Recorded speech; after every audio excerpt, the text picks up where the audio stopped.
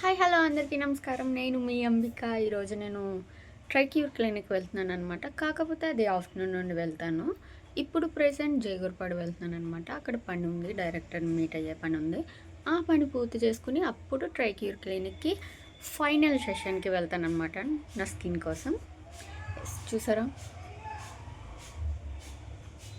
నా స్కిన్ చాలా అంటే చాలా ఇంప్రూవ్ అయింది. అంటే పూర్తిగా యాక్ని తగ్గిపోయాయని నేను చెప్పను.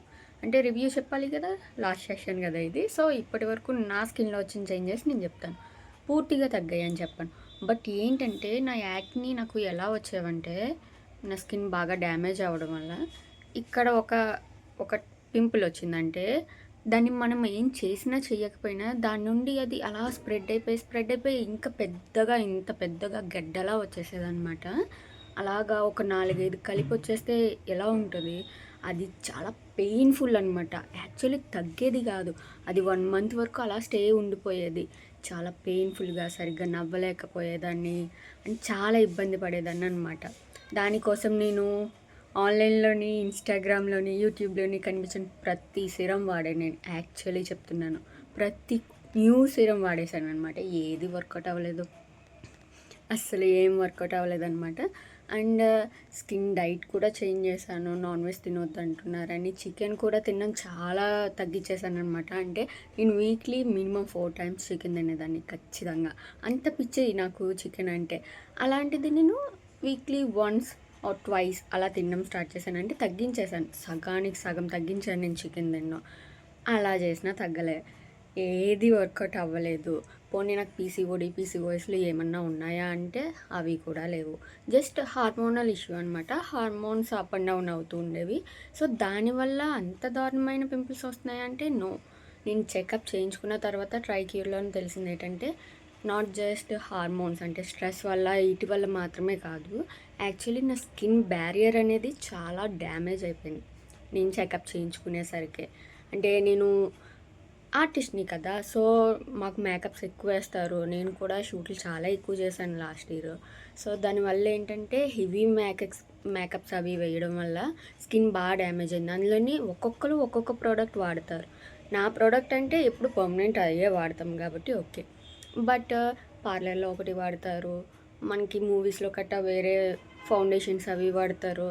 అవి మనకి సెట్ అవుతాయో లేదో తెలియదు, మనం మీద ప్రయోగాలు చేస్తున్నట్టు అనమాట యాక్చువల్లీ. సో ఇవన్నీ అవ్వడం వల్ల నా స్కిన్ చాలా అంటే చాలా డ్యామేజ్ అయిపోయింది.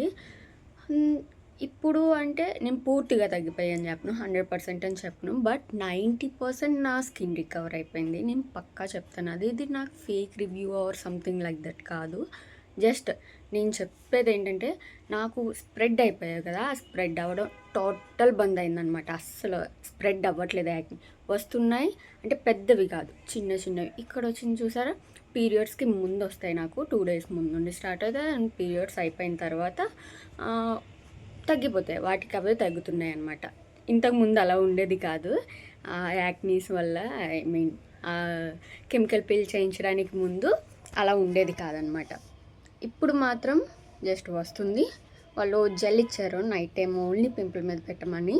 ఆ జెల్ పెడుతుంటే అది 3-4 daysకి ఏం అవ్వట్లేదు, డ్రై అవుట్ అవుతున్నాయి. అది స్పాట్ లేకుండా డ్రై అవుట్ అయ్యి, ఆ యాక్ని మీద పస్ ఉంటుంది కదా, ఆ పస్ అనేది డ్రైగా, అంటే ఒక ఇసుక గింజలాగా రాలిపోతుంది యాక్చువల్లీ.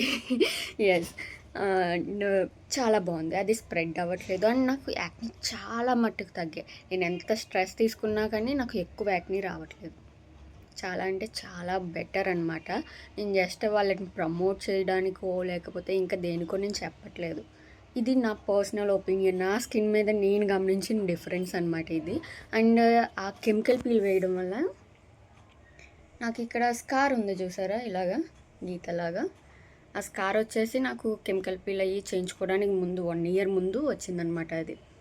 అది చాలా, ఇప్పుడంటే జస్ట్ స్కార్లా కనిపిస్తుంది. ఇంతకు ముందు వరకు ఆ డార్క్ స్పాట్ కూడా ఉండేదన్నమాట దాని మీద.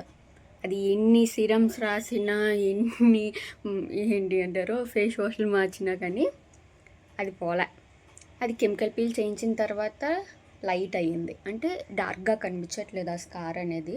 లైట్ కలర్లో నార్మల్గా స్కిన్ కలర్లోనే కనిపిస్తుంది. డైరెక్ట్గా విజిబుల్గా దగ్గర నుండి చూస్తే తప్ప స్కార్ అనేది కనిపించట్లేదు. అదొకటే కాదు, మొత్తం యాక్నీ స్పాట్స్ అవి కూడా తగ్గుతున్నాయి కెమికల్ పీల్ వల్ల.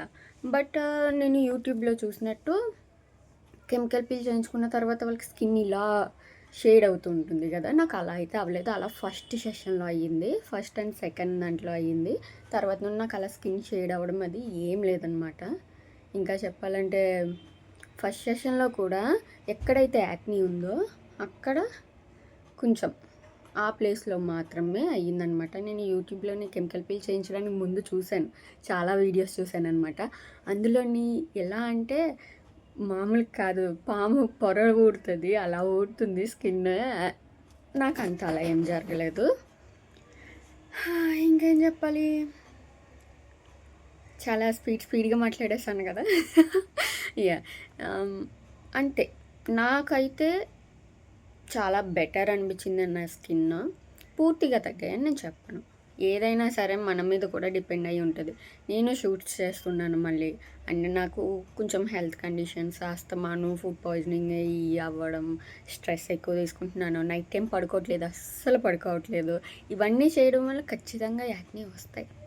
మన హార్మోన్స్ బ్యాలెన్సింగ్గా ఉండవు కదా, ఇంబ్యాలెన్స్ అయిపోతూ ఉంటాయి. అస్తమాను మనం నిద్రపోకపోవడం వల్ల హార్మోనల్ ఇంబ్యాలెన్స్ చాలా కామన్ ఇష్యూ అనమాట ఆడవాళ్ళకి.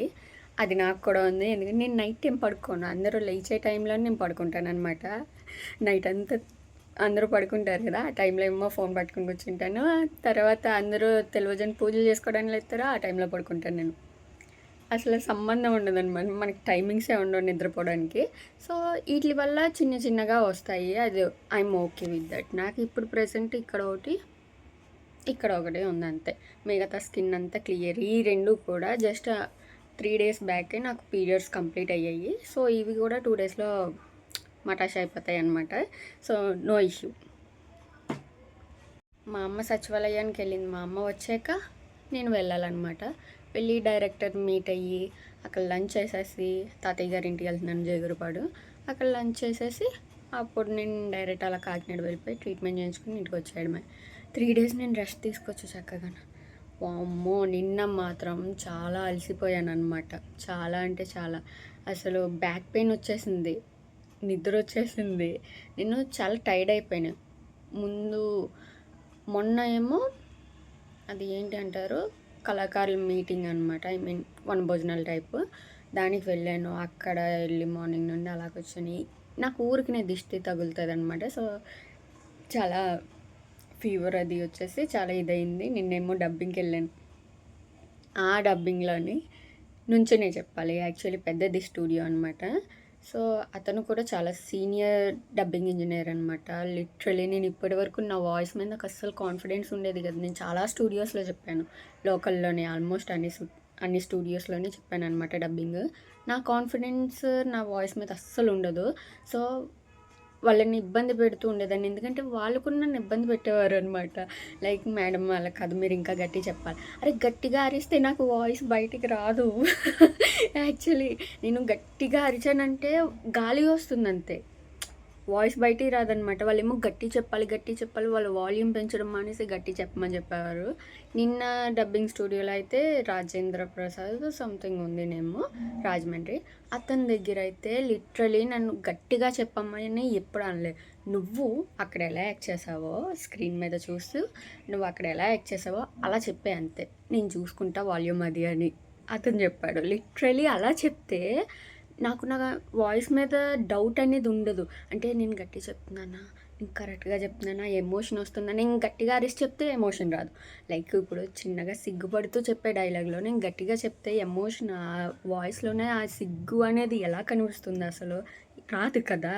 అది వేరే స్టూడియోస్ వాళ్ళు ఎందుకు అర్థం చేసుకోరో అర్థం కాదు నాకు. ఇతను అస్సలు గట్టిగా అరిచి చెప్పమ్మా అని గట్టిగా ఏమనలేదు. ఒకవేళ అరిసేసి ఏమన్నా ఉంటే ఎలా అరవాలో కూడా అతనే చెప్పేవాడు అనమాట. అందరూ నన్ను భయపెట్టారు. యాక్చువల్లీ అతనికి కోపం ఎక్కువ, చిరాకు పడిపోతాడు, తిట్టేస్తాడు కూడా అని చెప్పేసి చెప్పారనమాట కరెక్ట్గా చెప్పకపోతే. అతను నన్ను పొగిడాడు, నాకు కాన్ఫిడెన్స్ వచ్చింది. యాక్చువల్లీ అతను పొగడడం వల్ల నా వాయిస్ మీద నేను కరెక్ట్గానే చెప్పగలను డబ్బింగ్ అని. అంటే యాక్టింగ్ మీద నాకు ఎప్పుడూ కాన్ఫిడెన్స్ ఉంది. నాకు ఎప్పుడూ కూడా అంటే అమ్మో! నేను ఇది చేయగలనా, ఇలా ఎక్స్ప్రెషన్ ఇవ్వగలనా అని నాకు ఇందులో లేదు. ఖచ్చితంగా నేను ఇవ్వగలనన్న కాన్ఫిడెన్స్ నాకు యాక్టింగ్‌లో ఉంది. బట్ నా వాయిస్‌లో నాకు ఆ కాన్ఫిడెన్స్ అనేది ఉండేది కాదు ఇప్పటివరకు. ఐ మీన్ డబ్బింగ్ చెప్పడంలోని. బట్ ఇప్పుడు నాకొచ్చింది. చక్కగా వచ్చింది. నేను డబ్బింగ్ చెప్పగలనని. డబ్బింగ్ కంప్లీట్ అయిపోయింది. అండ్ ఆ ఫిలిం అయితే 1 అవర్ ఫిలిం అనమాట. లిటరలీ మేము ఆ లెవెల్‌లో చాలా లో బడ్జెట్‌లో చేసాము. వామ్మో! సూపర్బ్ అనమాట. వాళ్ళు ఎడిటింగ్ ఇరగదీశారు. యాక్చువల్లీ చెప్పాలంటే చాలా అంటే చాలా బాగుంది. ఇంకా ఎడిటింగ్ డీఐ అది అవ్వాలి. మ్యూజిక్ అవ్వాలి. ఇవన్నీ అవ్వాలి. వాళ్ళు ఓటీటీకి ట్రై చేస్తున్నారు. బట్ చూద్దాం. ఓటీటీకి తీసుకుంటే వావ్! సూపర్బ్. నాకైతే పిచ్చ పేరు వస్తుంది. ఎందుకంటే చాలా షేడ్స్ ఉంటాయి అందులోని. నాది ఓన్లీ సిగ్గుపడ్డం, నేను ఇప్పటివరకు చేసిన ఈ ఆడడం, సిగ్గుపడ్డం ఈ తప్ప ఇంకేం ఉండదనమాట. ఎందుకంటే నా ఫేస్‌కి ఆ రెండే సెట్ అవుతాయంట. అందరు డైరెక్టర్స్ చెప్పే మాట అదే, అంబిక గారు మీరు చాలా బాగా ఏడుస్తారు. అరే బాగా ఏడడం ఏందిరా. చలో వెళ్ళిపోదాం. మా అమ్మ వచ్చేసరికి ఇంకా చాలా లేట్ అయిపోయేలా ఉంది. కింద దిగుదాం ఈ లోపు. ఓకే, వెళ్ళి నేను ఆటో ఎక్కి మళ్ళీ కాంప్లెక్స్కి వెళ్ళి బస్ ఎక్కాలి. ఏం బస్ ఎక్కాలి? ద్వారపుడు వైపు నుండి వెళ్ళే బస్ ఎక్కి జయగారుపాడు వంతెన దగ్గర దిగితే తాతయ్య గారు వచ్చి పికప్ చేసుకుంటారు కార్లోని. ఎస్, చలో వెళ్దాం. ఈ ద్వారపుడి రోడ్డు మామూలుగా లేదు. భయం వేస్తుంది నాకు అసలు. ఎలా ఉంది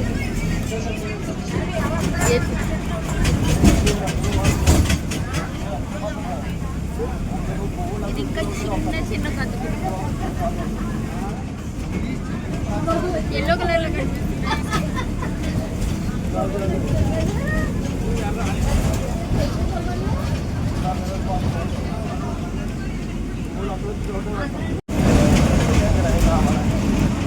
డైరెక్టర్ మీట్ అవడం అయిపోయింది. సో కాకినాడ వెళ్తున్నాను.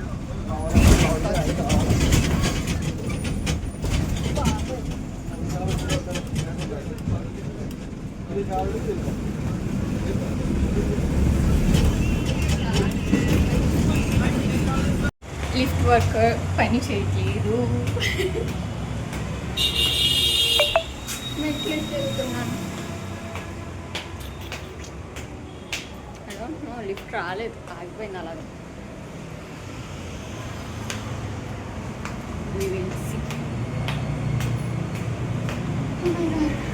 చాలా అలసిపోయాను.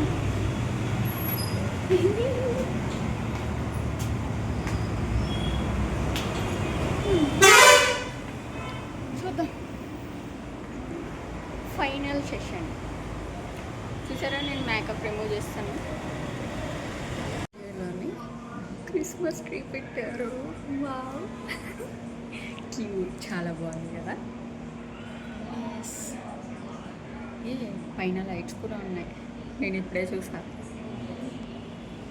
ఓకే, నాది ఇప్పుడే స్కాన్ చేశారు. టోటల్ అంటే ఇంతకుముందు డ్యామేజ్ అయిన స్కిన్ కూడా టోటల్ రికవర్ అయ్యిందనమాట. సో ఇప్పుడు చెక్ చేసిన తర్వాత నాకు కూడా అర్థమైంది. ఎందుకంటే ఫస్ట్ చెక్ చేసినప్పుడు ఫస్ట్ సెషన్కి ముందు వచ్చాను కదా కన్సల్టేషన్ కోసం అప్పుడు చాలా దారుణంగా ఉండే నా స్కిన్. అసలు స్కాన్ చేస్తే భయంకరంగా ఉందన్నమాట. అంటే రాబోయే యాక్ని కూడా అవి తెలుస్తుంది. ఇప్పుడైతే నాకు స్కిన్ మొత్తం ఈ చీక్స్ అన్నీ చూశారు, ఎక్కడ అలా లేదనమాట. అన్నీ కూడా ఓన్లీ యాక్ని మార్క్స్ మాత్రమే ఉన్నాయి, రెడ్గా. యాక్ని అనేది లేదు. I'm happy with the result అనమాట. నేను ఇది ప్రమోషన్ కోసం గట్రా చెప్పట్లేదు, ఇది నేను నా యూట్యూబ్ ఫ్యామిలీ కోసం చెప్తున్నాను అనమాట. చాలామంది అడుగుతున్నారు ఎంత అవుతుంది అండ్ వాళ్ళనమాట. ఎంత అవుతుంది అంటే నాకు అయ్యింది అయితే 10,000 to 15,000 పక్కా అవుతుంది. బయట మనం సేమ్ ట్రీట్మెంట్ తీయించుకుంటే పక్కా 25,000 అలా అవుతుంది అనమాట. డౌట్ లేదు, ఎందుకంటే నేను ఆల్రెడీ అడిగాను కాబట్టి నాకు తెలుసు. ఇక్కడ చాలా రీజనబుల్. అంటే మన సెషన్కి మనకి పడే సెషన్స్ని బట్టి ఉంటుంది. నువ్వు చేయించుకునే ట్రీట్మెంట్ని యాక్ని పీల్ ఏదైతే ఉందో పీల్ చాలా వెరైటీస్ ఉన్నాయన్నమాట. అవి ఏవైతే ఉన్నాయో దాన్ని బట్టి అమౌంట్ ఉంటుంది అనమాట. సో ఇప్పుడు ఇది ఫైనల్ సెషన్ నాకు యాక్నికి. ఇది అయిపోయిన తర్వాత నేను ఓన్లీ అండర్ ఆర్మ్స్ ట్రీట్మెంట్కి మాత్రమే వస్తానన్నమాట. Final session. ఈ పీల్ కొంచెం స్ట్రాంగ్ది పెట్టారు, కాస్త మండింది. ఇప్పటి వరకు పుల్లలేదు కానీ స్టార్టింగ్ పెట్టగానే స్మెల్ వచ్చేసి చాలా స్ట్రాంగ్గా వచ్చింది అండ్ కళ్ళు కూడా మండాయి. ఇప్పుడు అదేం లేదు, పెట్టి ఒక 2 minutes అవుతుంది. 2 minutesలో మంట అనేది సబ్సైడ్ అయిపోయింది అనమాట.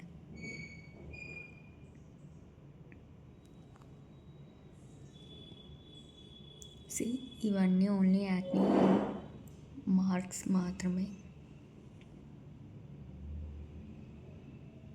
యాక్నీ కాదు. ఆ మార్క్స్ ఎప్పటికి తగ్గుతాయో ఏంటో. స్కిన్ ట్రీట్మెంట్ అయిపోయింది, న్యూట్రలైజ్ చేస్తారు, క్లీన్ చేస్తారు అండ్ మాయిశ్చరైజర్ కూడా రాస్తారనమాట. సో ఇప్పుడు మనం ఇంటికి వెళ్ళిపోదాం, ఎందుకంటే ఇక్కడ ఏం లేదుగా, చాలా చీకటి పడిపోయింది. ఎందుకంటే నేను 2 పనులు ఒకే రోజు పెట్టుకున్నాను కదా, సో అందుకనే బాగా లేట్ అయిపోయింది అనమాట. అక్కడ మెయిన్ జైగుర్పాడులోని తాతయ్య గారి ఇంటికి కదా వెళ్ళాను, తినకుండా నన్ను రిటర్న్ కానివ్వలేదన్నమాట. సో ఆ షూట్ చేస్తున్న వాళ్ళు, డైరెక్టర్ వాళ్ళు బ్రేక్ ఇచ్చి వాళ్ళు తినేటప్పుడే కదా నేను కూడా తినాలి, వాళ్ళతో పాటు తిందామని చెప్పి ఆగాను. అలా ఆగేసరికి 3 అయిపోయింది అక్కడ బయలుదేరేసరికి. సో బాగా లేట్ అయిపోయింది. అండ్ యా, ఈ వీడియో ఇక్కడితో ఫినిష్ చేద్దాము. నేను ఇంక పట్టుకోలేను, ఫోను పెయిన్ వస్తుందన్నమాట. సో యా, ఈ వీడియో ఇక్కడితో ఫినిష్ చేద్దాం. మీకు కనుక నా వీడియోస్ నచ్చినట్టయితే please do like, share and subscribe. Bye bye.